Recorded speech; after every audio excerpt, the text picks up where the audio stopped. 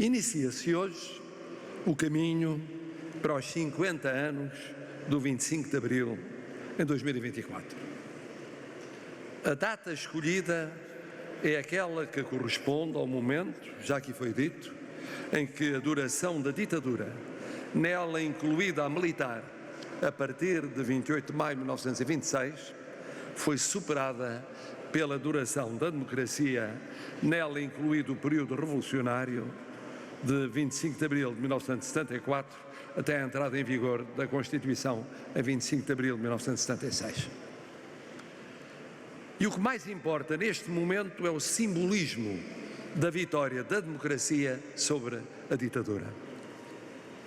Tal como o que também mais importa é que a Constituição democrática que nos rege, com 45 anos e quase 11 meses de vida, já durou muito mais do que a Constituição antidemocrática de 1933, que teve menos de 41 anos de vida.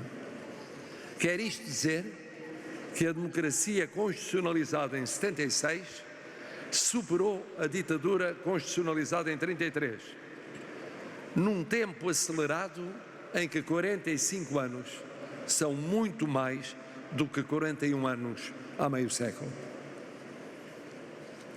Portugueses, para que servirá o caminho que neste dia arranca? Para que servirá a comemoração dos 50 anos do 25 de Abril? E para que não servirá essa comemoração? Primeiro, para que servirá? Para celebrar o passado no que merece ser celebrado. A luta pela liberdade e pela democracia durante décadas, a preparar o que viria a ser o 25 de Abril. A luta mais antiga, ou mesmo muito antiga, e a luta mais recente, ou mesmo muito recente. A que mergulhou as suas raízes no século XIX ou na Primeira República. Mas em especial a que combateu a ditadura a partir de 1926. Toda ela tem lugar nessa evocação política, social, económica, cultural, doutrinária, respeitando os tempos e os modos e os graus de sacrifício na perda de vida, de liberdade, de ligação física à pátria, nas censuras, nas prisões, nas torturas, nas repressões em Portugal e nas colónias. E naturalmente com destaque cimeiro para os que converteram a pré-história em história, os capitães e heróis de Abril. Também todos eles a pensar em futuros muito diversos e até opostos, mas tendo congregado naquele momento único vontades para romper com o passado e construir um futuro novo. Tudo o que na sua saga deva ser celebrado, que o seja. Aliás, com o contributo daqueles que podem dar um testemunho pessoal insubstituível. Tantas e tantos deles, felizmente ainda vivos, e a maioria dos mais intervenientes congregada na Associação 25 de Abril. Mas o percurso que hoje principia não pode ficar na celebração contemplativa do passado, naquilo que nele foi o melhor. Tem de ir mais longe, analisar esse passado no que não foi o melhor, juntar-lhe a reflexão sobre o presente e o futuro, em busca de respostas para as frustrações, as desilusões, as fragilidades, as insuficiências da democracia e da liberdade sonhadas e depois vividas. Tem de fazer aquilo que só é possível em democracia. Nunca existe em ditadura. Perguntar, questionar, repensar, propor, querer mais ambição, mais e melhor democracia e liberdade. E também mais igualdade e mais solidariedade. E nessa medida, celebrar o 25 de Abril é recordar a diferença profunda, total, entre haver liberdade e democracia e não haver, como não houve entre 26 e 74. E também o que perdemos com o não termos tido mais cedo democracia e liberdade, em comparação com aquelas sociedades, várias delas nossas próximas e amigas, que já viviam essa democracia e essa liberdade muito antes de nós. Mas celebrar o 25 de Abril é, por igual, olhar com sentido crítico para aquilo que se pretendia e nunca existiu, ou o que resultou e depois se esvaiu, ou o que deveria mudar para enfrentar novos tempos e novos desafios e nunca se mudou.